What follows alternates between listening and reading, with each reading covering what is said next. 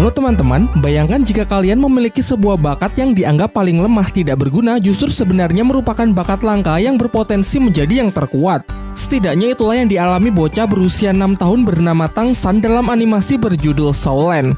Versi live actionnya pernah dibahas di channel ini beberapa bulan yang lalu dan banyak yang request untuk sekalian dibahas juga versi donghuanya yang dikatakan masih jauh lebih seru. Pada awalnya saya menolak karena berpikir pasti akan membosankan karena ya plot ceritanya pasti sama saja. Namun setelah kemarin saya maraton seriesnya yang masih berlanjut, ternyata memang banyak hal menarik yang dibuat berbeda dari versi live actionnya. Baiklah, tanpa berlama-lama kita akan membahas plot ceritanya terlebih dahulu. Tetapi meski series ini sudah dirilis lebih dari 3 tahun yang lalu, saya akan tetap memberi peringatan keras spoiler warning bagi kalian yang belum pernah menontonnya. Jadi ceritanya gini. Diceritakan ratusan tahun silam ada seorang pemuda jenius dan sangat berbakat bernama Tangsan. Di usianya yang masih tergolong muda, ia telah berhasil menguasai berbagai macam teknik bela diri tingkat tinggi, beberapa di antaranya adalah mata iblis ungu dan teknik tangan besi. Namun pada suatu hari ia melanggar hukum sektenya dengan menyelinap ke perpustakaan rahasia dan mempelajari teknik terlarang. Alhasil ketika ia ketahuan, ia pun dikejar habis-habisan oleh para tetua sekte yang ingin membunuhnya.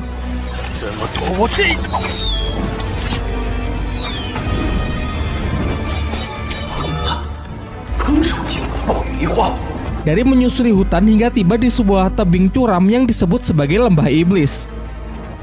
Karena sudah terpojok, ia pun menjatuhkan dirinya ke dasar jurang, namun dengan senyum di wajahnya tanpa rasa penyesalan sedikit pun. Akan tetapi sesaat setelah kejadian itu, tiba-tiba ia terbangun di tubuh anak kecil berusia 6 tahun yang menandakan kalau kini ia telah terlahir kembali di suatu daerah yang disebut dataran dahulu. Tangsan kecil tinggal di sebuah desa bernama Desa Roh Mulia bersama sang ayah seorang pandai besi yang terlihat kusam dan suka mabuk-mabukan. Dalam kesehariannya, Tangsanlah yang bertindak mengurus rumah serta menyiapkan makanan.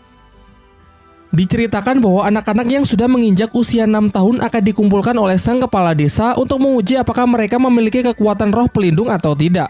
Pengujiannya dilakukan oleh seorang master roh bernama Suyanto yang berasal dari Akademi Roh Pelindung di kota Nauding. Tangsan dan anak-anak lain kemudian diajak masuk ke dalam sebuah ruangan yang merupakan tempat untuk menguji kekuatan roh mereka. Kekuatan roh pelindung sendiri sangat bervariasi jenisnya dan tingkat kekuatannya. Contohnya Suyanto sendiri yang memiliki kekuatan roh pelindung serigala hutan. Jenis ini sangat cocok digunakan dalam bertarung. Singkat cerita, anak pertama maju untuk melihat jenis kekuatan roh pelindungnya. Dari tangan kanannya memvisualisasikan teknik kekuatan roh pelindungnya. Dalam hal ini adalah salah satu alat pertanian, yaitu sebuah sabit. Masuk ke tes kedua untuk mengetahui seberapa besar tingkat kekuatannya. Sebuah bola cahaya akan menyala terang jika anak yang menyentuhnya memiliki cukup energi roh. Namun sayangnya anak pertama ini sama sekali tak memiliki energi roh, sehingga ia dinyatakan gagal karena kekuatan roh pelindungnya tersebut tak akan pernah bisa dikembangkan. Dan kabar buruknya, sebagian besar anak-anak di desa ini memiliki kekuatan roh pelindung peralatan pertanian, namun tak ada satupun dari mereka yang memiliki energi roh. Dijelaskan tanpa energi roh, mau berlatih sekeras apapun dan menggunakan metode apapun maka akan sia-sia. Dengan kata lain, mereka tak akan pernah bisa menjadi seorang master roh. Sampai akhirnya kini hanya tersisa Tangsan sebagai anak terakhir yang akan mengikuti tes. Dari tangan kanannya, ia menunjukkan jenis roh pelindung yang berbeda dari anak-anak lain, yakni rumput biru perak. Tapi anehnya di saat yang bersamaan ia juga membangkitkan roh pelindung lain di tangan kiri berwujud sebuah palu. Namun ia lebih memilih menyembunyikannya dan hanya menunjukkan roh pelindung di tangan kanannya saja. Sayangnya Suyanto malah mengatakan kalau rumput biru perak adalah jenis roh pelindung yang jauh lebih tidak berguna daripada alat pertanian. Oleh karena itu, Suyanto enggan melanjutkan Tangsan ke tahap kedua karena sudah pesimis kalau Tangsan tak akan punya energi roh dengan jenis roh pelindung selemah itu. Akan tetapi Tangsan tetap bersikeras agar diizinkan untuk mencobanya terlebih dahulu. Dan benar saja, saat Tangsan menyentuh bola bercahaya itu, seketika sinar yang menyilaukan menerangi seluruh ruangan yang menandakan kalau Tangsan memiliki energi roh tingkat tinggi. Meskipun bisa dikatakan spesial, namun sang master roh masih pesimis mengingat roh pelindung rumput biru perak memang benar-benar lemah dan tak pernah ada sejarahnya bisa berkembang terlalu jauh. Setelah ujian usai, Pak Kepala Desa memberikan kabar baik bahwa Suyanto meninggalkan undangan kepada Tangsan untuk mendaftarkan dirinya ke Akademi Roh Pelindung di kota Nauding. Sesampainya di rumah, ia kemudian memberitahukan kepada ayahnya dan meminta izin untuk mendaftar di akademi tersebut yang akan diadakan 3 bulan lagi. Namun sayangnya sang ayah dengan tegas menolak tanpa memberikan alasan yang jelas. Masih belum menyerah, Tang San mencoba untuk membujuk ayahnya dengan menunjukkan kekuatan roh pelindung ganda miliknya, yang salah satunya berwujud sebuah palu yang diketahui bernama palu Huo Tian. Setelah melihat putranya mewarisi roh pelindung rumput biru perak mendiang ibunya serta palu Huo Tian miliknya, sang ayah pun memulai mempertimbangkan keinginan Tang San tersebut. Dari sini kita pun mengetahui masa lalu dari ibu Tang San yang gugur dalam perang di masa lalu serta sosok ayah Tang San yang ternyata bukan orang sembarangan. Singkat cerita, ayah Tang San berubah pikiran dan mengizinkan Tang San untuk masuk ke akademi tersebut. Namun Tang San harus berjanji untuk tidak memberitahu ke siapapun kalau ia memiliki roh pelindung palu Huo Tian. Singkat cerita, 3 bulan telah berlalu. Tang San dengan ditemani Pak Kepala Desa pergi ke kota Nauding untuk mendaftarkan dirinya ke akademi tersebut. Di saat yang bersamaan terlihat juga seorang gadis kecil pemilik roh pelindung kelinci merah muda bernama Xiao Wu yang juga hendak ikut mendaftar. Kembali ke Tang San, akhirnya sampailah ia di gerbang masuk akademi. Namun penjaga gerbang di sana tidak mengizinkannya masuk karena tidak percaya dengan Tang San dan kepala desa yang terlihat sangat miskin. Bahkan undangan yang dibawa Tang San pun ia lempar karena menganggap kalau undangan tersebut adalah undangan palsu. Tang San yang sangat kesal karena sudah diremehkan memukul si penjaga gerbang hingga ia terlempar. Ketika perkelahian semakin serius, datanglah salah satu guru akademi yang diketahui bernama Master Xiao. Kemudian Master Xiao memastikan kalau undangan yang dibawa Tang San adalah undangan asli sehingga ia mengizinkannya untuk masuk. Dijelaskan kalau Master Xiao ini adalah guru yang sudah tidak mengajar. Kegiatannya sehari-hari adalah melakukan penelitian dan menguji berbagai macam teori mengenai kekuatan roh pelindung. Seperti mempelajari tentang kelemahan dari tiap-tiap jenis roh pelindung, bagaimana metode paling efektif untuk mengembangkannya, dan masih banyak lagi. Bahkan hanya dengan sekali melihat undangan milik Tang San di mana tertulis jenis roh rumput biru perak dan energi roh penuh, ia langsung bisa menyimpulkan kalau Tang San ini pasti memiliki roh pelindung ganda. Setelah mendengar penjelasan panjang lebar yang cukup masuk akal berdasarkan penelitian dari Master Xiao, Tang San pun menjadi sangat mengaguminya, ditambah lagi Master Xiao mengatakan bahwa Tang San sangat spesial dan berpotensi menjadi seorang master roh terhebat di masa depan. Hingga akhirnya Tang San berlutut dan meminta agar Master Xiao bersedia menjadi gurunya. Singkat cerita, setelah pembicaraan mereka, Tang San pun diantar menuju ruang TU untuk mengurus segala administrasi pendaftaran. Namun di sana Tang San mendengar para petugas TU justru menertawai dan memandang rendah Master Xiao. Menurut mereka, Master Xiao hanyalah badut akademi yang kegiatannya cuma mengarang teori-teori aneh. Satu-satunya alasan mengapa guru Xiao masih dihormati hanyalah karena ia merupakan teman dekat dari kepala akademi saja. Meskipun sudah mendengar semua ejekan itu, Tang San tak sedikit pun menurunkan kekagumannya kepada Master Xiao karena Master Xiao satu-satunya orang yang mampu mengetahui kalau dirinya memiliki roh pelindung ganda. Hal ini jelas membuktikan kalau ia memanglah guru yang sangat hebat. Sesampainya ia di asrama, Tang San langsung mendapatkan serangan dari seorang anak bernama Waseng, ketua dari asrama laki-laki di kamar 7.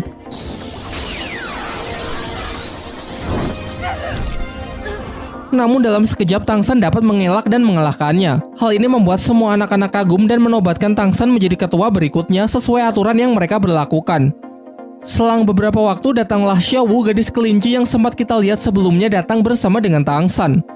Masih dalam rangka memperebutkan siapakah yang lebih pantas menjadi bos sesuai aturan yang berlaku, akhirnya mau tidak mau mereka pun mulai bertarung. Pertarungan mereka pun berjalan sangat sengit. Dengan lincahnya si gadis kelinci bisa mengimbangi kekuatan dan kecepatan Tang San. Ia menggunakan sebuah teknik unik gerakan tubuh yang sangat fleksibel.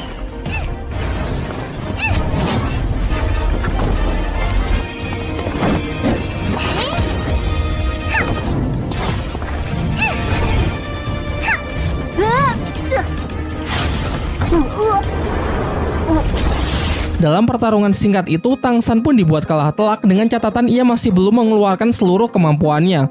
Tetapi itu saja sudah cukup membuatnya sangat terkesan, mengingat teknik unik yang bahkan belum pernah ia lihat di kehidupannya di masa lalu.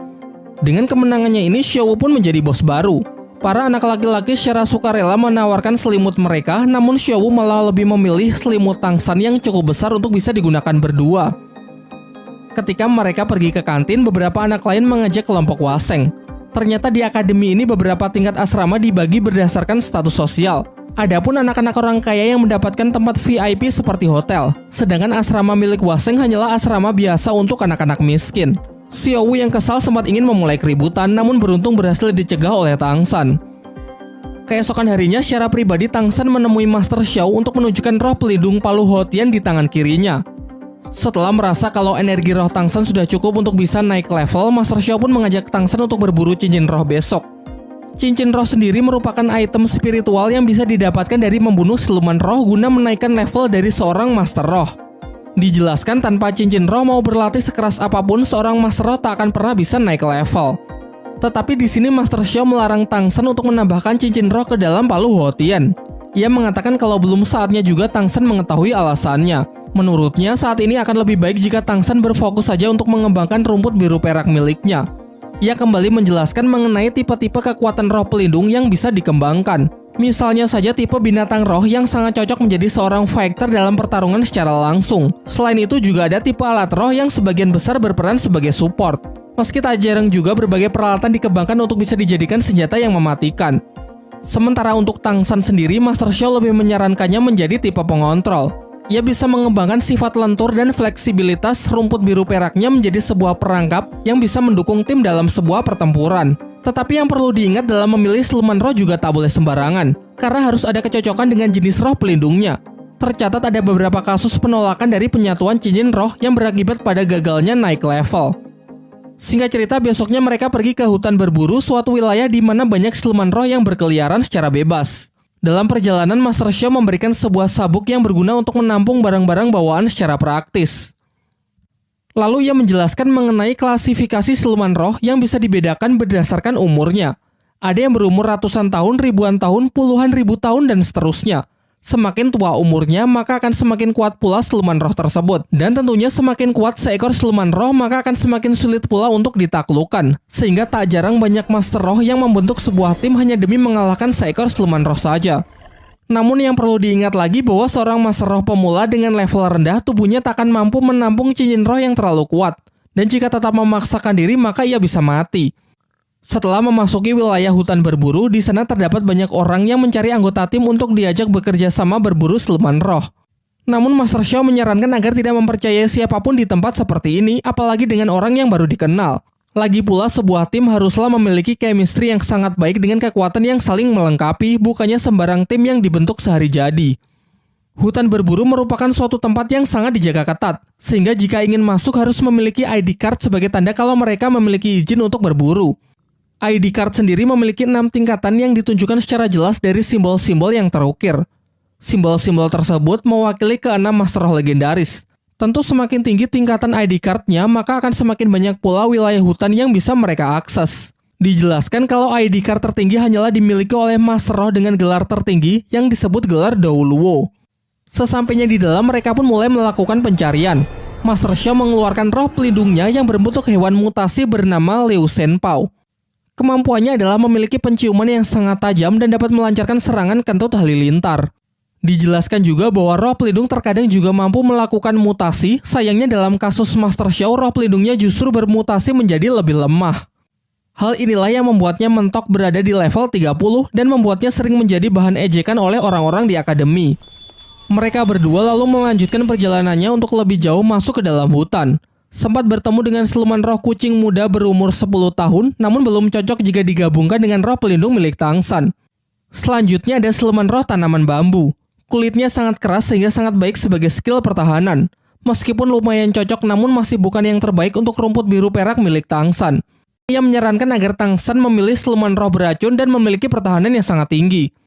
Perburuan mereka pun berlangsung hingga larut malam. Sekelompok siluman serigala yang lapar mengincar mereka, beruntung dapat diatasi oleh kentut halilintar dari Liu Shenpao.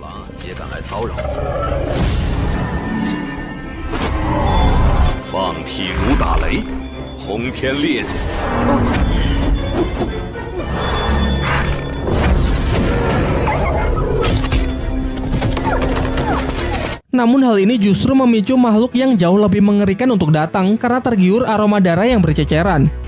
Makhluk tersebut adalah siluman roh yang memiliki wujud ular mendrik beracun berusia 400 tahun, juga merupakan jenis siluman roh dengan racun yang paling mematikan.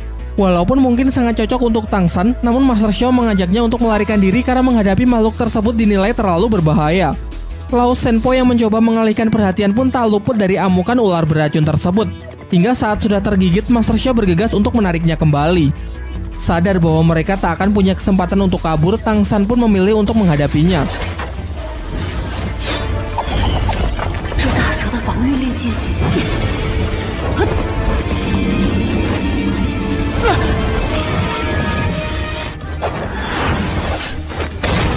Setelah melewati pertempuran yang sangat sengit, ia pun berhasil membunuh si ular Mandrake dengan menusukkan pisaunya tepat ke rahang makhluk tersebut.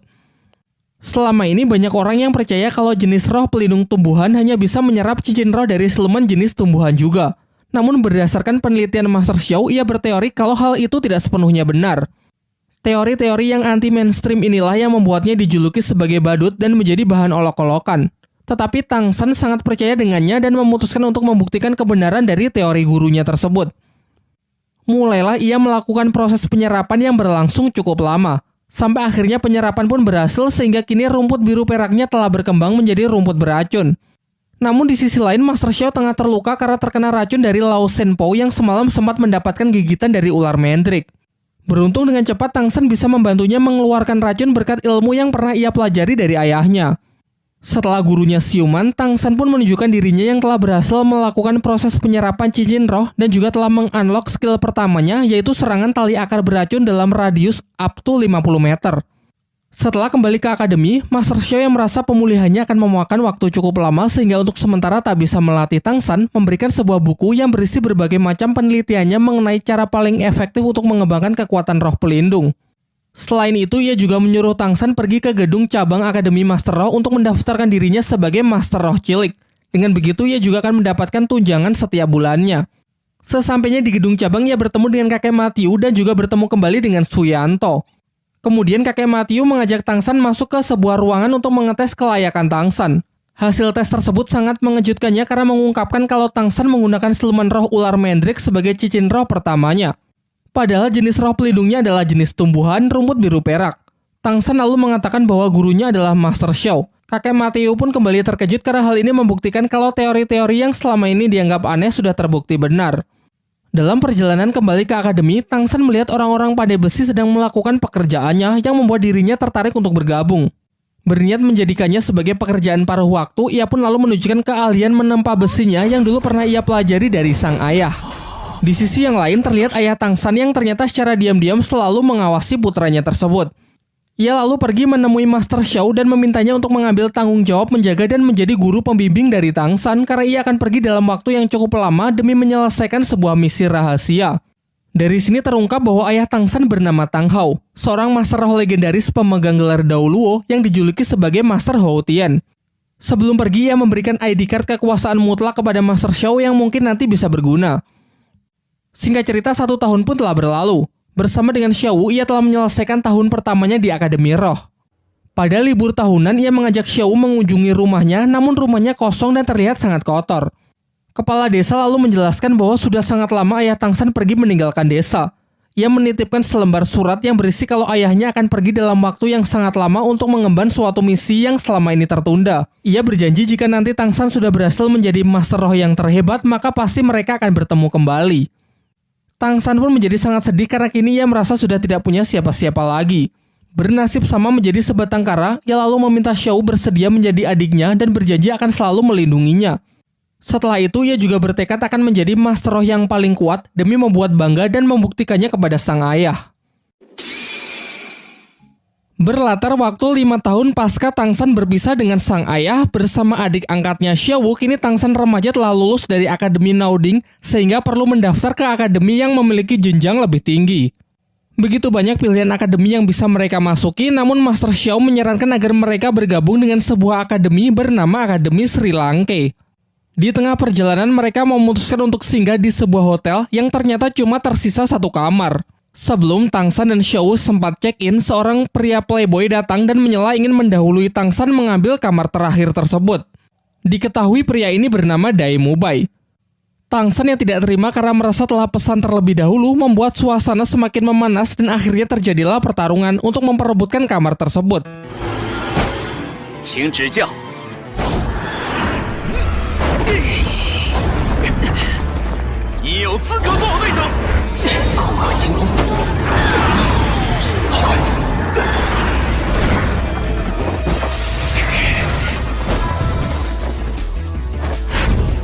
Diperlihatkan kalau Dai Mumbai ini adalah seorang master roh berjenis hewan harimau putih dengan kekuatannya yang berada di level 37. Sedangkan Tangsan berjenis rumput biru perak namun memiliki level yang lebih rendah yaitu 29. Akan tetapi baik tipe kekuatan roh pelindung maupun perbedaan level yang tak begitu jauh belum cukup untuk bisa menentukan siapa yang lebih kuat. Rumput biru perak milik Tangsan sangatlah fleksibel dalam bertahan maupun melancarkan serangan.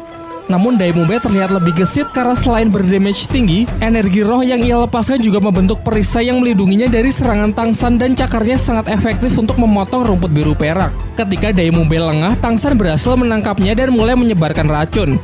Sayangnya sedari awal Dai Mumbai menyembunyikan kekuatannya yang tidak diperhitungkan oleh Tangsan. Sampai pada akhirnya Tangsan pun dibuat tak berkutik, namun Dai Mumbai memutuskan untuk melepaskannya dan pergi begitu saja. Di kamar hotel, Tangsan teringat oleh seseorang yang pernah ia lawan di masa lalu yang kekuatannya mirip dengan Dai Mumbai. Kala itu ia dapat dengan mudah mengalahkannya hanya dengan satu serangan menggunakan senjata jarum emas yang dapat menembus perisainya dan memiliki efek serangan perusak dari dalam.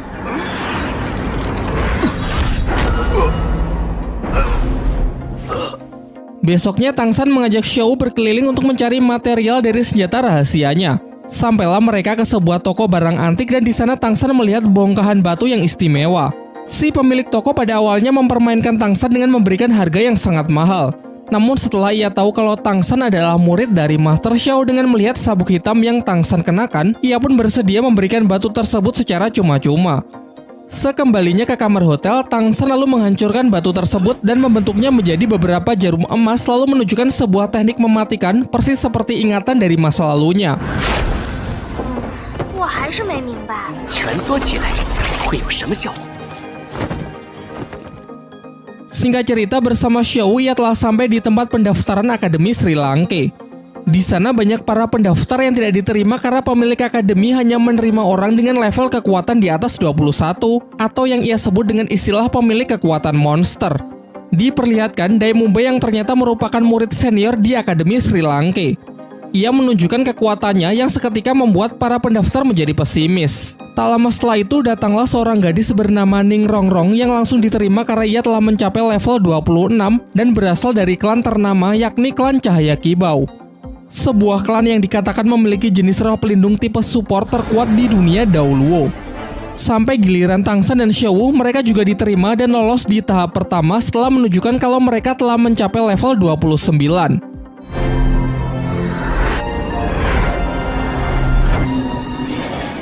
Dai Mumbai lalu diperintahkan untuk mengantar mereka menuju tes berikutnya karena untuk menjadi murid Akademi Sri Lanka mereka harus lolos dalam 4 tes. Sembari menjelaskan kalau sebenarnya ia tengah mencari seorang pasangan yang serasi dengan roh pelindung miliknya. Karena dikatakan kalau penggabungan dua kekuatan roh pelindung yang serasi akan melahirkan sebuah kekuatan baru yang sangat kuat. Memasuki gedung akademi yang terlihat kurang meyakinkan, Tangsan di sana bertemu dengan seorang pria yang menawarkan sosis bernama Oishike. Oishike merupakan murid Akademi Sri Lanka yang seangkatan dengan Dai Mumbai dan memiliki kekuatan roh pelindung yang sangat unik yaitu tipe support makanan. Salah satu yang menjadi skill andalannya adalah menciptakan sosis pemulih stamina. Sementara itu, Dai Mumbai membawa satu pendaftar lagi yang lolos tes tahap pertama yang bernama Suying. Ia telah mencapai level 27 dengan kekuatan roh pelindung jenis hewan kucing neraka. Singkat cerita, diajaklah mereka berempat untuk mengikuti tes terakhir karena kekuatan mereka berempat yang dinilai sudah sangat kuat sehingga tak perlu mengikuti tes kedua dan tes ketiga. Dalam perjalanan, Dai Mumbai menjelaskan bahwa Akademi Sri Lanka berdiri secara independen tanpa terikat dengan kerajaan manapun. Selain itu, tercatat hanya memiliki 42 murid sejak didirikan 20 tahun yang lalu, sehingga rata-rata hanya menerima 2 murid saja per tahun. Kedua hal inilah yang menjadi alasan mengapa akademi ini sangatlah miskin.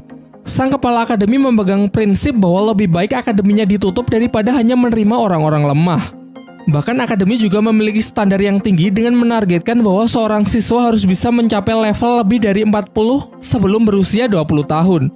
Hanya sedikit orang yang berhasil lulus dari akademi, sisanya bahkan ada yang mati saat berburu siluman roh demi berusaha meningkatkan level. Dai Mumbai lalu memperkenalkan para calon murid baru dengan salah satu guru yang dipanggil Guru Zhao, seorang master roh yang sudah mencapai level 76. Karena terlalu bersemangat melihat para murid baru di tahun ini yang lumayan berpotensi, Guru Zhao pun mengubah tes ke tahap keempat yang awalnya pertarungan melawan Dai Mumbai, kini justru ia ambil alih. Dengan kata lain, mereka berempat harus bertarung melawan Guru Zhou di tes kali ini. Guru Zhou merupakan Master Roh yang telah mencapai level 76 dengan kekuatan roh pelindung tipe hewan beruang berbulu emas, memiliki pertahanan super kuat, dan dikatakan sama sekali tidak punya kelemahan. Kemudian Guru Zhou menyampaikan aturan, yaitu jika mereka bisa bertahan sampai satu dupa habis terbakar, maka mereka akan dinyatakan lolos. Namun sebaliknya, jika mereka tidak bisa, maka mereka harus pulang. Ia lalu memberikan waktu kepada Tang San dan yang lainnya untuk saling bekerja sama dan berdiskusi sebelum pertarungan dimulai. Tang San pun menginisiasi untuk membuat rencana kerjasama, dimulai dari memperkenalkan kekuatan mereka masing-masing. Su Ying memiliki roh pelindung bernama kucing neraka bertipe assassin yang mengandalkan kecepatan tinggi. Sedangkan Ning Rongrong adalah tipe support yang memiliki roh pelindung berwujud pagoda cahaya 7 bintang. Dua skillnya yaitu memberikan buff kecepatan dan kekuatan 30% kepada target yang ia kehendaki. Setelah formasi terbentuk, pertarungan pun dimulai.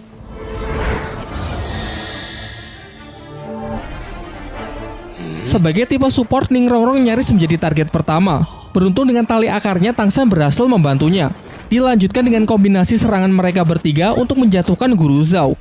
Menggunakan strategi super ofensif, pihak Tang San tidak memberikan sedikit pun lawannya untuk melancarkan serangan balasan.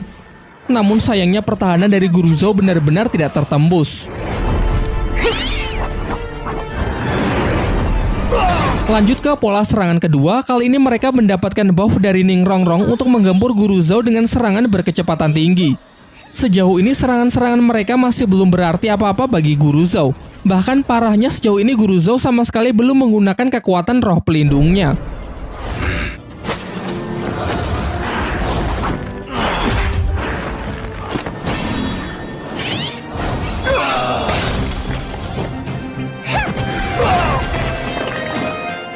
是辅助系第一武魂，流星人锤，蓝银草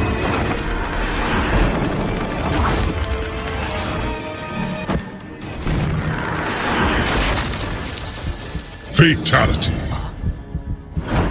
Sampai ketika Tang San berhasil mendesaknya menggunakan penjara tali akar beracun, akhirnya memaksa Guru Zhou untuk serius. Ia pun menunjukkan kekuatan roh pelindungnya yang sontak membuat keadaan menjadi berbalik. Pihak Tang San yang sudah mengeluarkan seluruh tenaganya kini benar-benar tak sanggup lagi berdiri. Akan tetapi saat melihat Shou terluka akibat melindunginya, ia merasa telah menjadi kakak yang tidak berguna. Lantas ia pun emosi dan mencoba melawan seorang diri dengan menggabungkan teknik mata rahasia, telapak tangan besi dengan kemampuan rumput biru peraknya.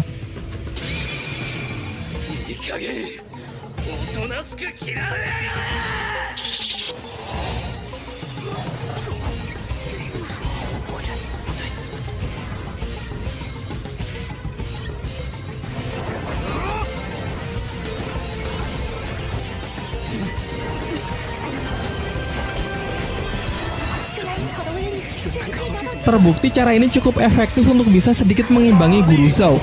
Tetapi Guru Zhou kembali mengamuk dengan melepaskan skill cincin roh keempatnya yang berumur puluhan ribu tahun. Teknik tersebut dapat meningkatkan kekuatan gravitasi di area yang ia kehendaki. Sementara Tang San yang tak berhenti berpikir sedikit belajar dari pertarungan melawan Dai Mubai kemarin. Ia memanfaatkan skill kedua yang bernama Rotan Hantu, yaitu kemampuan parasit rumput biru peraknya untuk membatasi pergerakan dari Guru Zhou. Dan akhirnya dengan usaha yang keras, ia dapat menembus pertahanan dari teknik perisai roh pelindung tipe hewan tersebut. Guru Zhou yang mulai kewalahan menggunakan skill dari cincin roh kelimanya, yaitu gravitasi super kuat Black Hole.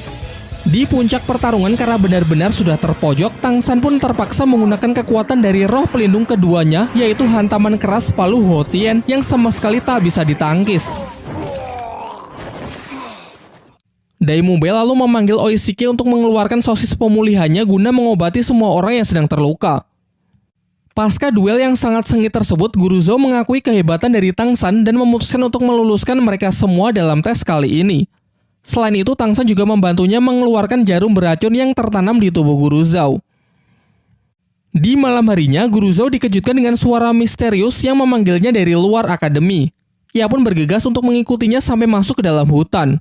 Tak lama setelah itu muncullah sosok pria berjubah hitam, namun Guru Zhou sama sekali tak bisa mengenalinya. Dengan melihat beberapa cincin roh tingkat tinggi yang melingkar di tubuhnya, terungkap bahwa sosok misterius itu ternyata adalah seorang master roh dengan gelar Daoluo yang sontak membuat Guru Zhou gemetar ketakutan karena menyadari perbedaan kekuatan mereka yang terpaut terlalu jauh. Ialah Master Hou Tian yang bernama Tang Hao, ayah dari Tang San, pemilik roh pelindung legendaris Palu Hou Tian. Tujuan ia datang ke sini adalah untuk memberi pelajaran kepada Guru Zhou supaya tahu bagaimana rasanya ditindas oleh orang yang memiliki level jauh di atasnya. Tak lama setelah itu, Pak Kepala Akademi Sri Lanka pun datang dan menunjukkan kekuatan roh pelindungnya yang berwujud roh burung hantu dengan level kekuatan 78. Ia bernama Flander. Namun di sini ia langsung menyadari kalau orang di depannya adalah Tang Hao, orang terkuat bergelar Daoluo. Ia pun langsung menunjukkan rasa hormatnya. Tetapi Tang Hao yang terlanjur emosi karena Guru Zhou telah berani mengganggu putranya, ia pun memberinya pelajaran serupa agar tidak menindas orang yang lebih lemah. Setelah ia puas menghajar Guru Zhou sampai babak belur, Tang Hao pun membiarkannya tetap hidup dan berpesan agar mereka menjaga putranya dengan baik di akademi ini. Keesokan harinya diperlihatkan Tang San yang sudah siuman dari pingsannya, ditemani seniornya Oishike yang semalaman menjaganya. Ia lalu menawari Tang San untuk memakan sosisnya untuk mempercepat proses penyembuhan. Namun Tang San menolaknya dan lebih memilih untuk melakukan kultivasi. Setelah kondisinya membaik, Tang San pergi ke tempat pertarungan sebelumnya. Di sana ia membersihkan belasan jarum beracunnya yang sempat ia gunakan untuk melawan Guru Zhou. Sembari itu, ia mulai berpikir untuk meningkatkan efektivitas dari senjata rahasianya seperti saat masih di kehidupannya dulu. Karena pasti di masa depan ia akan bertemu dengan orang-orang yang jauh lebih kuat. Kemudian ia bergegas pergi ke kamar Xiaowu untuk melihat kondisinya yang ternyata juga sudah membaik. Kemudian Tang San meminta maaf karena kemarin ia tak bisa menepati janjinya untuk melindungi Xiaowu. Tetapi Xiaowu sama sekali tak menyalahkan Tang San karena memang Guru Zhou lah yang terlalu kuat. Saat tengah berkeliling desa, di tengah jalan mereka menyaksikan pertengkaran seorang laki-laki gendut dengan pacarnya.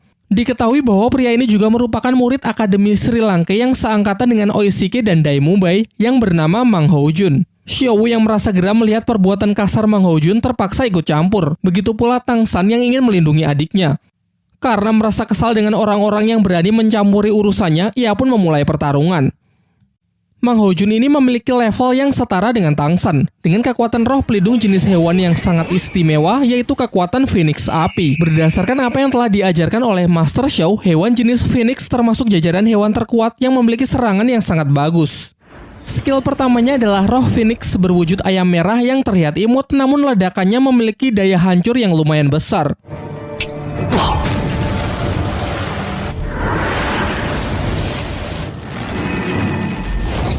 Dalam upayanya, Tang San mencoba menangkap Mang Houjun menggunakan tali akarnya. Namun tidak berhasil karena jenis roh pelindung tumbuhan ternyata sangat lemah jika harus berhadapan dengan tipe elemen api.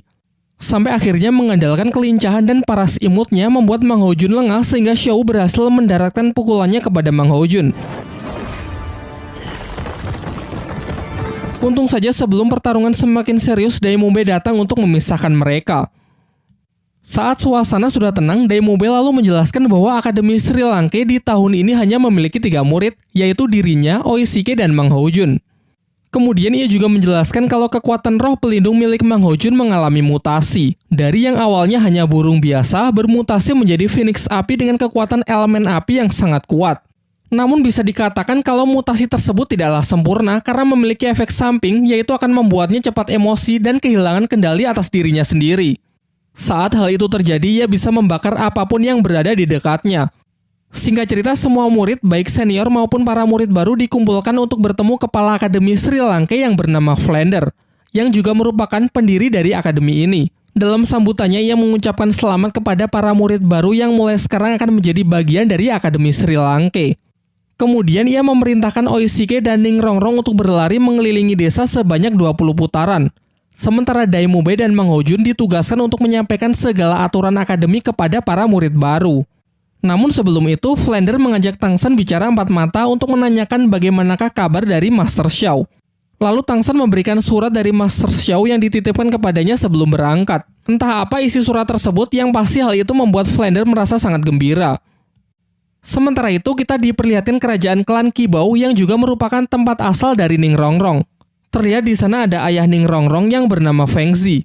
tengah mendapatkan laporan dari seorang pendekar pedang bernama Jiansu mengenai Ning Rongrong yang telah melarikan diri dan memilih bergabung dengan Akademi Sri Lanka.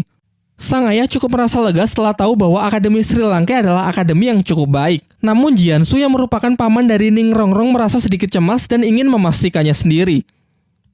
Kembali ke Akademi Sri Lanka, semua murid kembali dikumpulkan termasuk Ning Rongrong dan Oishike yang telah menyelesaikan lari 20 putarannya. Di sini Flander menanyakan kepada mereka apakah mereka berdua telah menyelesaikan tugas yang ia berikan. Dengan ekspresi ragu, Oishike pun mengiyakan pertanyaan tersebut. Namun Flander tahu kalau Oishike telah berbohong dengan mencoba melindungi Ning Rongrong. Ternyata ia sendiri diam-diam telah mengawasi mereka. Oishike memang telah menyelesaikan 20 putarannya. Namun Ning Rongrong baru 1 putaran malah pergi jalan-jalan ke kota untuk makan-makan. Hal ini jelas membuat Flander sangat marah karena Ning Rongrong telah melanggar peraturan akademi di hari pertamanya. Ia kemudian memberinya 2 pilihan. Ingin pergi dari akademi atau meminta maaf dan berjanji tak akan mengulanginya lagi. Akan tetapi dengan nada yang angkuh, Ning Rongrong malah mengatakan bahwa Akademi Sri Lanka hanyalah akademi kecil dan Flander bukanlah siapa-siapa. Menurutnya dengan statusnya sebagai anggota klan Cahaya Kibau, ialah yang terkuat di antara murid-murid lain. Kemudian Flander kembali mempertegas bahwa Dai Mumbai, Mang Hojun, Suying, Xiao, dan Tangsan masih jauh lebih kuat darinya dari segi kekuatan tempur.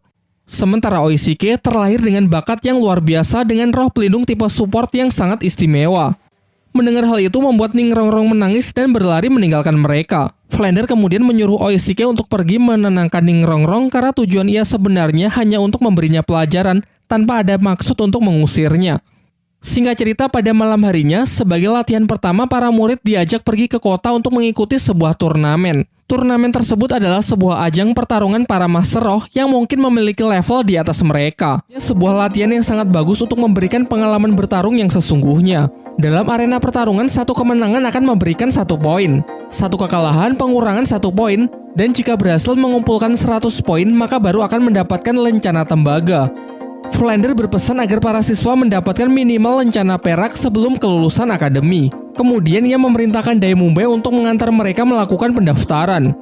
Dai Mumbai menambahkan bahwa terdapat 8 lencana dari yang terendah sampai yang tertinggi, yaitu lencana besi, lencana tembaga, lencana perak, lencana emas, lencana ungu, lencana permata, lencana rubi, dan lencana berlian.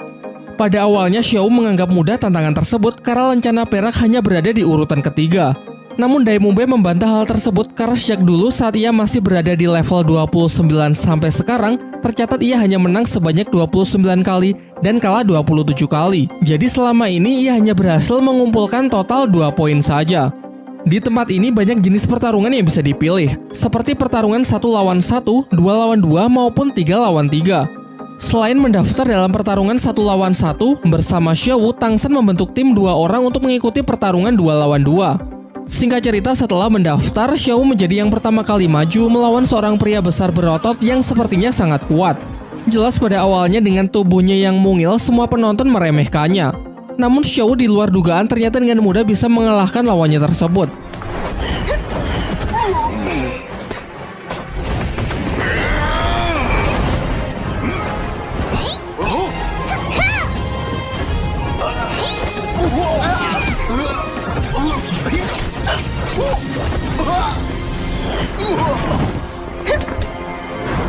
Pertarungan berikutnya adalah Tangsan melawan Suying. Tentu karena pemilihan peserta yang random, secara kebetulan ia mendapatkan lawan dari teman akademinya sendiri. Setelah wasit memberikan aba-aba, Tangsan pun langsung menyerang menggunakan rumput biru peraknya untuk berusaha menangkap Suying.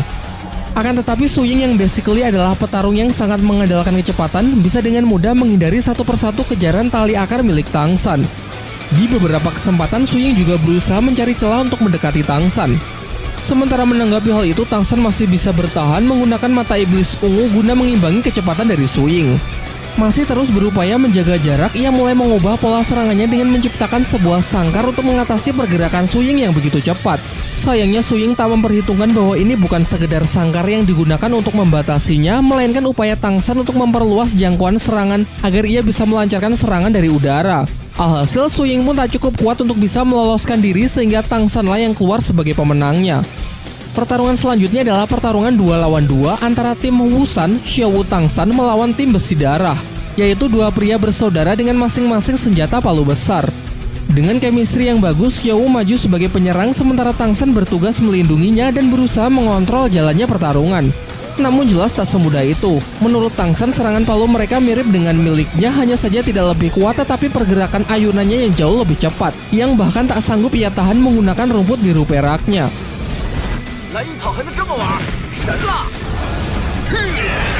Namun ternyata serangan-serangan Tang San ia gunakan untuk menyebarkan benih dari skill keduanya, yaitu rotan hantu. Tumbuhan parasit tersebut dapat mengikat lawan dan menyebarkan racun untuk membatasi pergerakan mereka. Pertarungan masih berlanjut. Secara kompak mereka menggunakan skill ketiganya, yaitu lemparan palu kembar yang dapat melacak dan mengejar targetnya. Tang San yang berusaha menyelamatkan Xiao tak cukup kuat sehingga ia terpental jatuh.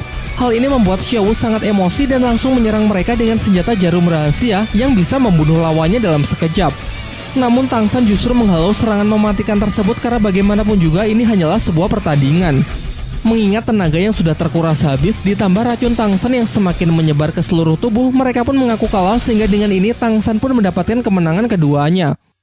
Sekembalinya ke akademi, Dai Mumbe terlibat cekcok dengan putri klan Cahaya Kibau yakni Ning Rongrong. Terdengar sikap angkuh Ning Rongrong yang terus-menerus memprovokasinya dan merendahkan Akademi Sri Lanka.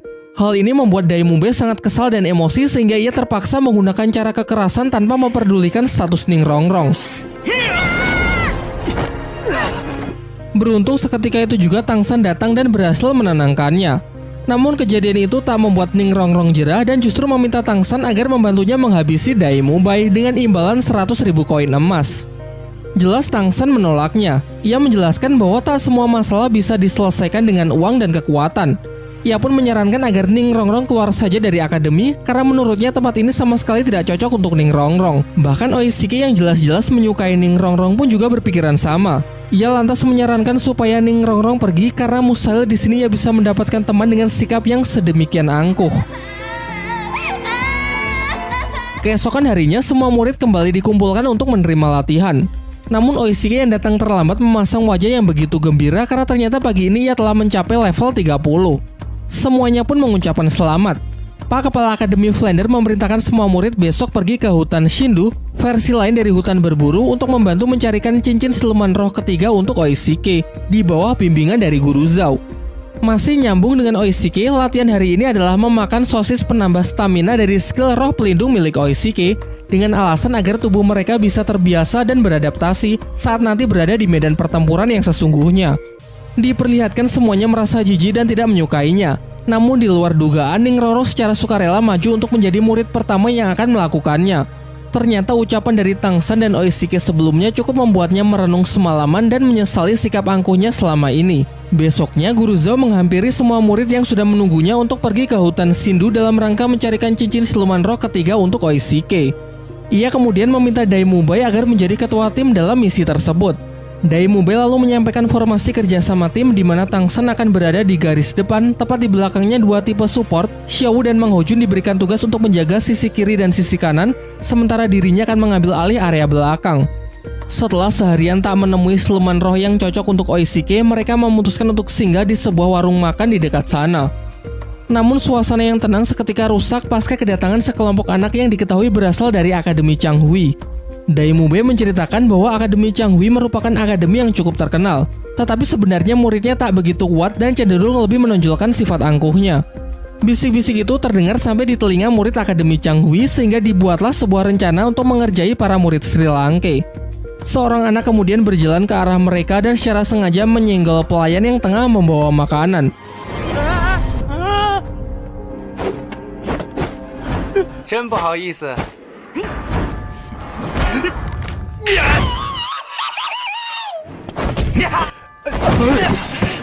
Menyaksikan hal itu, semua murid pun dibuat emosi dan menanyakan mereka ini sebenarnya berasal dari akademi mana. Namun Dai Mumbe justru meledek mereka dengan mengatakan bahwa kalian tidak layak untuk mengetahuinya. Jelas hal itu membuat mereka semakin marah dan serentak maju untuk menyerang. Sementara pihak Dai Mumbe cukup Xiao sajalah yang turun tangan memberi pelajaran mereka semua.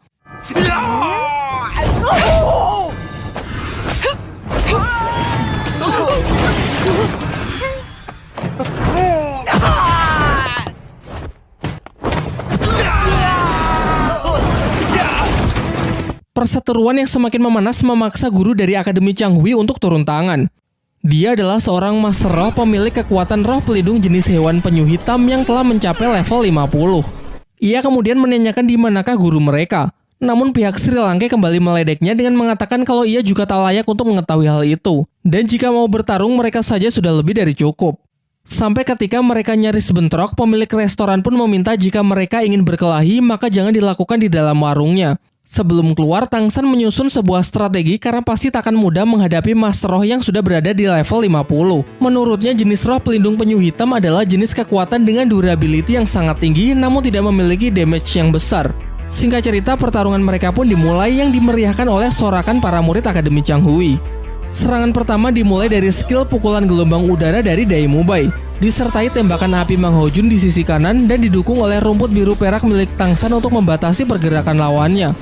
Setelah tertangkap, Mang Hojun kembali mendapatkan aba-aba dari Tang San untuk membakar habis guru Changhui dengan teknik semburan Phoenix api bersuhu tinggi. Sayangnya perkiraan Tang San tak sepenuhnya benar. Guru Akademi Changhui memiliki skill serangan nafas dingin yang luapannya sanggup membekukan udara dalam sekejap. Su Ying yang mencoba mengambil kesempatan untuk melancarkan serangan jarak dekat justru tangannya terjebak dalam kubah es. Beruntung dengan refleks Dai Mubai segera mendekat untuk menghancurkan kubah tersebut. Dilanjutkan dengan Tang San yang kembali berusaha mengikat lawan, dikombinasikan dengan api Mang Hojun. Dai Mubai yang sempat terpengaruh provokasi mengambil resiko untuk menyerang yang mengakibatkan radang dingin di tubuhnya semakin parah. Sementara itu Mang Hojun kembali beraksi dengan semburan Phoenix api untuk menghalau serangan nafas es yang mengarah langsung ke Dai Mubai sehingga terjadilah bentrokan antara dua elemen yang saling bertolak belakang.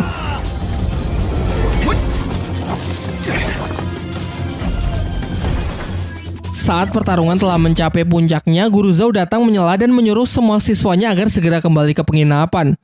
Namun guru Akademi Changhui yang masih tak terima meminta para murid Sri Lanka untuk meminta maaf karena telah merendahkan akademinya. Akan tetapi Guru Zhao mengatakan bahwa tak perlu ada yang meminta maaf. Ia malah mempertegas bahwa Akademi Changhui memanglah akademi yang cukup terkenal, namun keangkuhannya hanya bisa menindas orang-orang yang lebih lemah saja. Pertarungan pun kembali dilanjutkan dengan Guru Zhao yang menggantikan para murid Akademi Sri Lanka.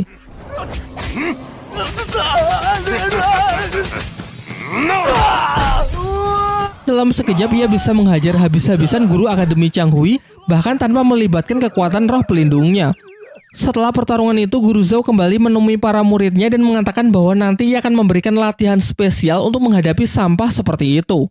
Di pagi harinya, di bawah bimbingan dari Guru Zhao, para murid Akademi Sri Lanka diajak jauh masuk ke dalam hutan Sindhu. Ia menjelaskan bahwa hutan Sindhu berbeda dari hutan-hutan yang dipelihara oleh kebanyakan kerajaan karena hutan ini masih sangat liar dan siluman-siluman roh yang ada juga sangatlah buas.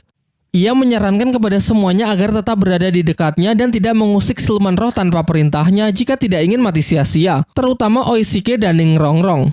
Ketika Dai Mubai memimpin dan membukakan jalan, Tang San menyarankan agar tak sembarangan membunuh siluman roh muda agar ekosistem tetap terjaga. Di samping itu, bau darah yang ditinggalkan bisa memicu kedatangan siluman roh yang jauh lebih kuat. Setelah cukup lama mencari, mereka akhirnya merasakan hawa keberadaan dari seekor siluman roh yang cukup kuat. Su Ying pun diperintahkan untuk memeriksanya dan berhasil mendapati seekor siluman roh berjenis burung terbang berusia 1500 tahun yang akan sangat cocok digunakan sebagai cincin roh ketiga Oishike. Lantas mereka pun bekerja sama untuk memburu makhluk tersebut. Berdasarkan analisis Tang San, siluman ini tak memiliki serangan fisik yang terlalu kuat. Ia hanya mengandalkan kecepatan tinggi untuk menangkap mangsa lalu melilitnya. Cara paling efektif untuk memburunya adalah dengan menekannya menggunakan Phoenix api Mang Hojun, sementara yang lain bersiap untuk menutup jalan agar siluman tidak bisa melarikan diri. Guru Zhao lalu menyerahkan tim di bawah kepemimpinan Tang San karena luasnya pengetahuan mengenai kekuatan dan kelemahan siluman roh. Perburuan berlangsung cukup sengit. Su Ying dan Dai Mubai yang diperkuat dengan skill Ning Rongrong berhasil menekan siluman roh tersebut. Siluman yang ingin melarikan diri melalui jalur udara pun juga berhasil dicegah oleh Tang San menggunakan sangkar tumbuhan yang sangat besar. Namun saat Oishike hendak mengeksekusinya, ular itu melepaskan serangan yang beruntung berhasil dibelokkan oleh Tang San. Setelah jatuh ke darat, langsung disambut oleh sambaran api Mang Hojun dilanjutkan dengan serangan beruntun dari Guru Zhao yang mampu melumpuhkannya.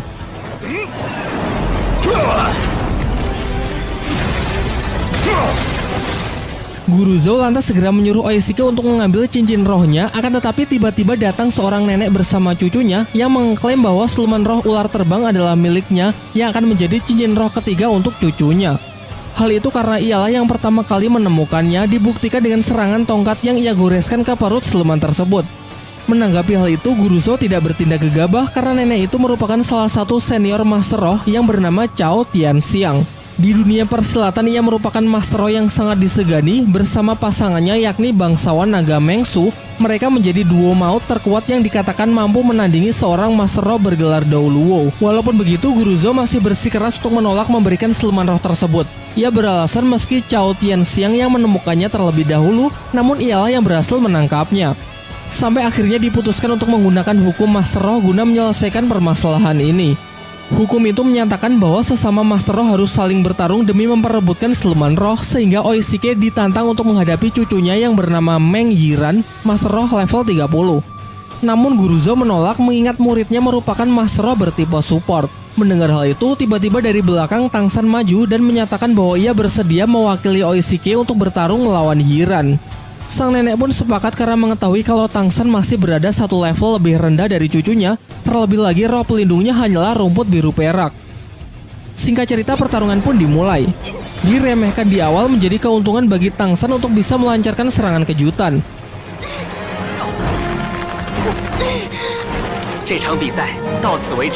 Namun Yiran ternyata juga tidak selemah itu.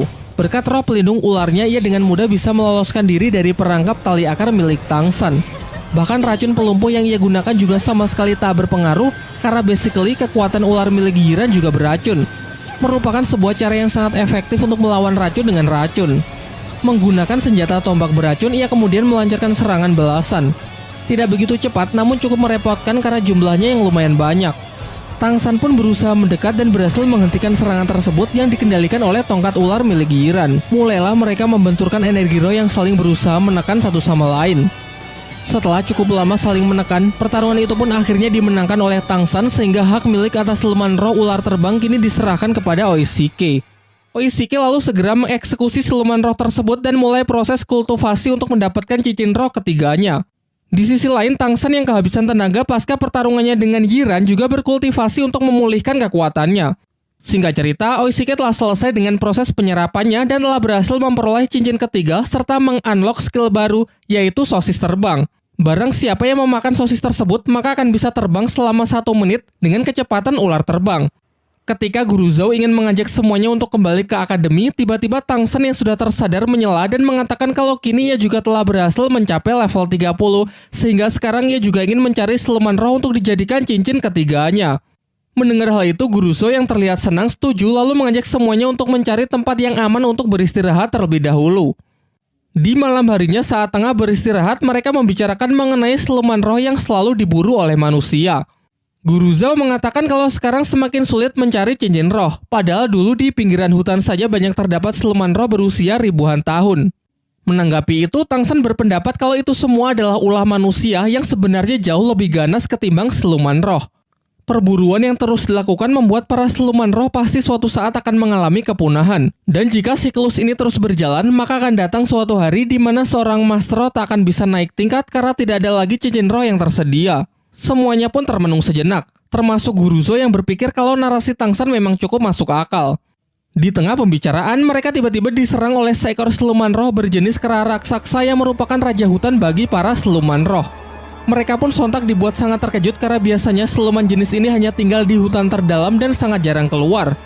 Menurut Tang San, kera raksasa adalah mimpi buruk bagi para Master Roh. Pasalnya kekuatannya yang luar biasa kuat membuat seorang Master Roh bergelar Dou Luo sekalipun belum tentu bisa menandinginya. Dan bahkan dikatakan siluman ini mampu mengalahkan siluman roh jenis lain yang usianya jauh di atasnya. Tak hanya dari segi kekuatan, kecepatan, dan pertahanan, namun ia juga memiliki kecerdasan layaknya manusia. Guru Zhou yang sadar batasannya mencoba melakukan negosiasi karena siluman kera raksasa mengerti bahasa manusia. Ia pun berjanji akan segera pergi dan tak akan berani mengusiknya.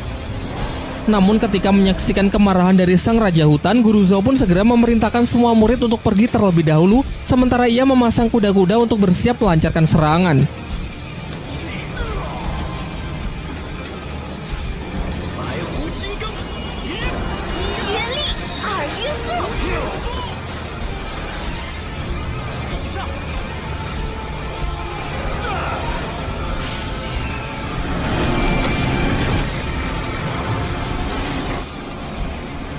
Hingga saat amukannya menghempaskan mereka semua, menjadikan kesempatan yang bagus untuk bisa melarikan diri. Namun naasnya Xiao berhasil ditangkap oleh siluman tersebut.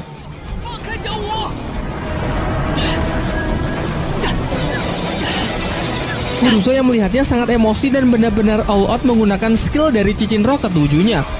Merupakan skill terkuatnya, yaitu wujud roh dari beruang hutan untuk menghantam siluman kera raksasa. Namun hal itu juga sia-sia. Sementara Tangsan yang berupaya menyelamatkan Xiao berusaha mengejar siluman itu, hasilnya pun sama saja. Ia pun juga tidak bisa berbuat apa-apa.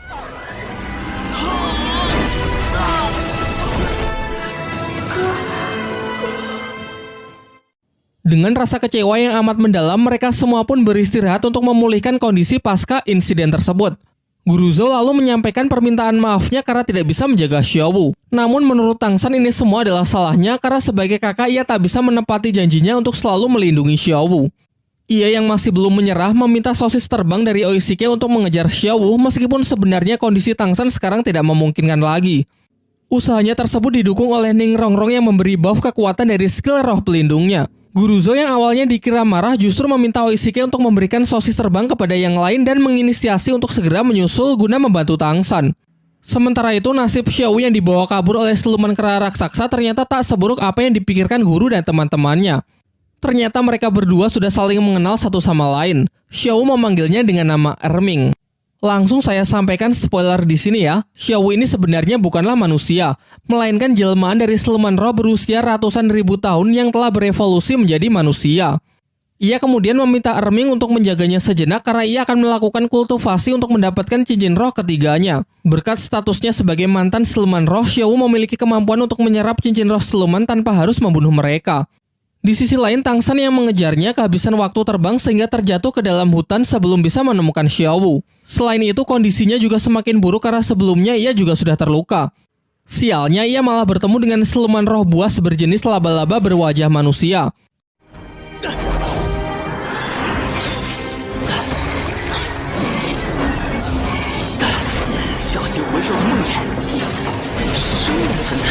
Tangsan pun dibuat sangat kewalahan, karena baik dari kekuatan, kecepatan maupun pertahanan dari siluman tersebut sangatlah kuat. Ditambah lagi makhluk ini memiliki racun yang sangat mematikan. Di tengah pertarungan tersebut, Tangsan teringat ucapan dari Master Xiao bahwa siluman laba-laba berwajah manusia merupakan jenis siluman roh yang akan sangat cocok untuk Tangsan. Namun akan sangat berbahaya mengingat kekuatan serta racun yang mematikan yang dimilikinya.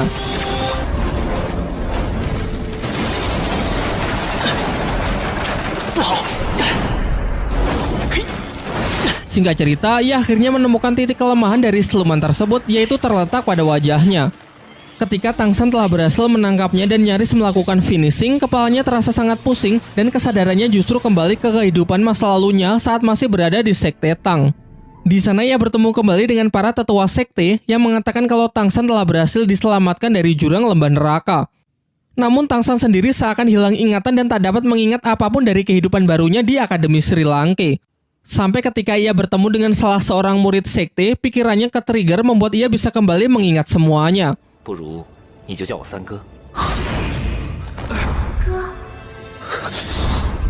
Ia pun lantas bertekad kembali ke kehidupannya di Akademi Sri Lanka karena teringat Xiao yang harus segera diselamatkan. Dan benar saja, saat membuka mata dirinya terikat oleh jaring laba-laba dan terkena racun yang memberikan efek halusinasi sesuai dengan apa yang tertinggal di dalam ingatan targetnya. Tangsan pun kembali melakukan perlawanan dan akhirnya berhasil melepaskan diri dari ikatan jaring laba-laba tersebut. Karena benar-benar sudah terdesak, ia tak punya pilihan lain selain menggunakan kekuatan roh pelindung di tangan kirinya, yaitu Palu Houtian untuk menghantam keras makhluk jahanam tersebut. Sampai akhirnya setelah berusaha keras, ia dapat membuka pertahanan si laba-laba lalu segera mengeksekusinya. Sebelum memulai proses penyerapan, Tangsan beristirahat sejenak untuk mengeluarkan racun yang semakin menyebar ke seluruh tubuhnya. Namun tiba-tiba ia dikejutkan oleh kedatangan beberapa orang yang ternyata mereka adalah pasangan ular naga Mengsu bersama cucunya Meng Yiran. Secara kebetulan lagi ternyata siluman laba-laba itu adalah incaran cincin roh ketiga untuk Meng Yiran. Mereka pun jelas sangat marah karena Tangsan telah menggagalkan perburuan siluman roh untuk cucunya sebanyak 2 kali. Namun di sisi lain Mengsu juga sangat terkejut setelah tahu bahwa Tangsan sanggup membunuh siluman laba-laba itu seorang diri. Kemudian Tangsan menyampaikan pembelaannya bahwa ia juga terpaksa membunuhnya. Tadi ia hanya berusaha membela diri karena tiba-tiba siluman itu menyerangnya. Mengsu yang tak memperdulikan alasan Tangsan memberinya pilihan yang sulit, yaitu jika Tangsan bersedia bergabung dengan keluarganya, maka ia akan membiarkan Tangsan tetap hidup dan mempersilakannya untuk menyerap cincin roh dari siluman laba-laba tersebut. Namun Tangsan dengan tegas menolak tawaran itu. Pasalnya, seseorang yang telah bergabung dengan suatu keluarga maka harus mengabdikan seumur hidupnya untuk keluarga tersebut. Sementara dirinya adalah tipe orang yang lebih suka bebas tanpa terikat oleh pihak manapun. Diperlihatkan secara diam-diam Tangsan bersiap dengan busurnya untuk berencana menyandera Yiran, karena mustahil ia bisa menang melawan dua orang legend di hadapannya. Merasa tawarannya tak dihargai, Meng Su pun semakin murka. Ia lalu memberi kesempatan terakhir untuk Tangsan untuk menebus kesalahannya yang telah 2 kali mengagalkan kenaikan tingkat dari cucunya. Untuk itu Tangsan diperbolehkan pergi, tapi dengan meninggalkan satu lengannya sebagai bentuk kompensasi. Masih mencoba bernegosiasi, Tangsan mengatakan akan bersedia bergabung dengan keluarga mereka, namun dengan satu syarat, yaitu mereka harus membantunya mengalahkan seekor siluman roh yang telah menculik Xiaowu. Awalnya mereka mengentengkan syarat itu karena mudah baginya kalau hanya membunuh satu siluman saja. Akan tetapi ekspresi mereka langsung berubah ketika Tangsan mengatakan kalau siluman roh yang dimaksud adalah siluman Raja Kera Raksasa. Mereka malah menuduh kalau Tangsan sengaja menjebaknya, karena berhadapan dengan makhluk itu maka sama saja dengan bunuh diri. Bahkan dikatakan kalau Master Roh bergelar Daulo pun belum tentu sanggup mengalahkannya. Karena keduanya tak bisa memenuhi syarat yang ia berikan, Tangsan pun enggan untuk bergabung dan dengan tegas mengatakan kalau mereka ingin lengannya maka silakan ambil saja sendiri. Saat posisi Tangsan sudah benar-benar terdesak, beruntung Guru Zhou dan teman-temannya datang tepat waktu untuk menghentikan kakek Meng Su. Guru Zhou jelas tahu batasannya yang tak mungkin bisa menang jika duo maut itu sudah bersatu. Ia lantas mencoba bernegosiasi dengan mengajak Meng Su untuk bicara empat mata. Setelah pembicaraan singkat mereka, seketika ekspresi kejam dari Meng Su berubah menjadi lebih hangat. Dari Guru Zhou, ia kini tahu kalau Tangsan adalah murid dari Master Xiao, orang cerdas yang menciptakan banyak teori di dunia roh.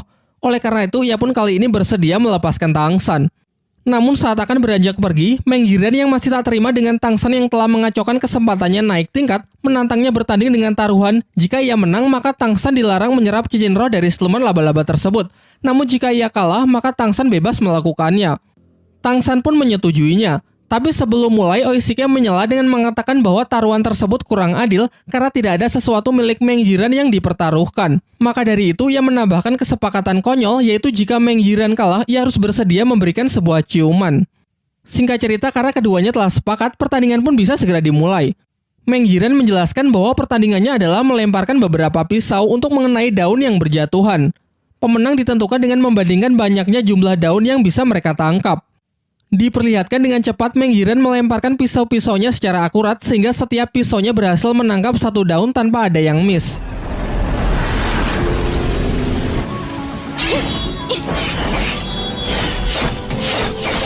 Melihat Tangsan yang sedari tadi tidak bergerak membuat Meng Yiran kebingungan. Namun Tangsan mengatakan kalau ia sudah melakukannya. Hal ini diperjelas oleh Meng Su yang mengatakan bahwa Tangsan memang sudah melakukannya dan ia menang telak dari cucunya tersebut.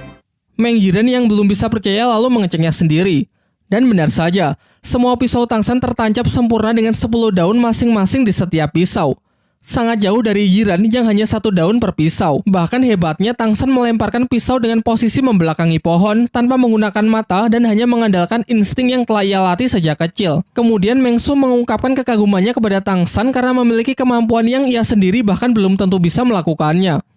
Kemudian Tangsan menghampiri Yiran yang nampak sedih karena telah kalah 2 kali. Tangsan mencoba menenangkannya dengan mengatakan kalau jelas saja ia bisa menang, pasalnya ia telah berlatih menggunakan senjata rahasia selama lebih dari 9 tahun. Ia lalu menunjukkan senjata rahasianya yang jauh lebih kecil namun memiliki keuntungan lebih ringan sehingga sangat praktis digunakan sebagai senjata yang mematikan. Ia juga bersedia mengajari Meng Yiran dengan menjelaskan sedikit mengenai tekniknya yang ia sebut pelacak suara. Bukan melihat dengan mata, melainkan menggunakan indera pendengaran yang bisa merasakan setiap gerakan bahkan tanpa ada titik buta. Setelah pembicaraan itu, tiba-tiba Meng Yiran mencium Tangsan karena bagaimanapun juga ia telah kalah taruhan. Semuanya pun dibuat tercengang menyaksikan fenomena itu. Dan setelah itu, ia bersama kakek neneknya pun segera pergi dari tempat tersebut. Setelah kepergian mereka, Tangsan segera meminta sosis pemulihan dari Oishike agar ia bisa segera memulai proses penyerapan mengingat Xiaowu yang juga harus segera diselamatkan. Proses penyerapan Tangsan nampaknya begitu berat. Terlihat melalui gejolak energi luar biasa kuat yang dapat dirasakan oleh Guru Zhou. Di waktu yang bersamaan, kita diperlihatkan Master Xiao yang mendapatkan selembar surat undangan dari Flander, kepala Akademi Sri Lanka. Sementara di sisi lain kita diperlihatkan scene dari Tang Hao, ayah dari Tang San, berpamitan dengan sebuah tempat yang dipenuhi oleh tanaman rumput biru perak untuk pergi menyelesaikan misinya di sebuah tempat yang ia sebut sebagai Balai Roh Pelindung. Di kesempatan berikutnya akan lebih diperjelas mengenai asal-usul Tang Hao muda beserta istrinya yang berjuang melawan Balai Roh Pelindung. Serta mungkin juga akan diperjelas mengenai kehidupan Tang San di universe yang berbeda karena masih sangat minim informasi yang bisa kita dapat sejauh ini. Baiklah, mungkin itu saja yang bisa saya bahas di kesempatan kali ini. Kalau kalian punya pendapat lain atau detail yang saya lewatkan, silakan menulisnya di kolom komentar ya.